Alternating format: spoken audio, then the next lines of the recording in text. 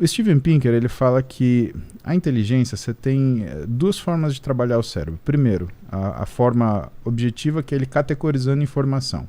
Então, por exemplo, né, o que é uma jujuba? Né? Uma jujuba, ela está dentro do grande grupo das comidas, no subgrupo dos doces, dentro dos sobremesa, dentro daquilo que é o snack rápido, né? Dentro do que é sabor de fruta, dentro do que tem bastante açúcar.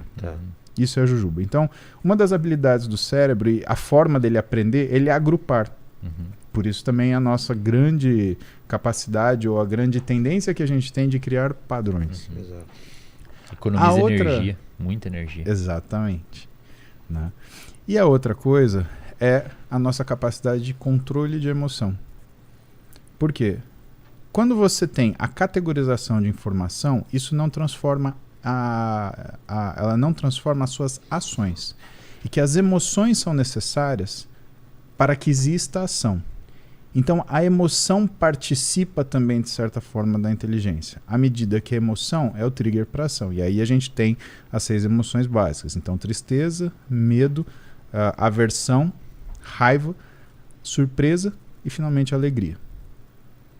E que essas emoções, elas trabalham para modular a sua ação. Né? E que dentro dessas, bom, pelo menos ele falando, né, dentro dessas a mais importante seria, surpreenda se você, não é a alegria, mas é a aversão. O medo, não? É a aversão, porque a aversão te mantém vivo. Bom, o que é a relação com o Rick Hampson? No livro dele, O Cérebro de Buda, Buddha's Brain, ele fala muito sobre o que é a doutrina budista, mas ela vista sob uma ótica de neurociência. Por quê? Porque quem que é esse Rick Hampson? Ele é um psicólogo, né, um terapeuta formado, né, nos Estados Unidos e que tem uma série de trabalhos, mas que ele fala de 3 que são os pilares do budismo. Né? Basicamente, virtude, concentração e sabedoria. Virtude, você ter um propósito. Concentração, de você conseguir ter a capacidade de foco em uma situação. E sabedoria, a capacidade de você ter um pensamento elaborado.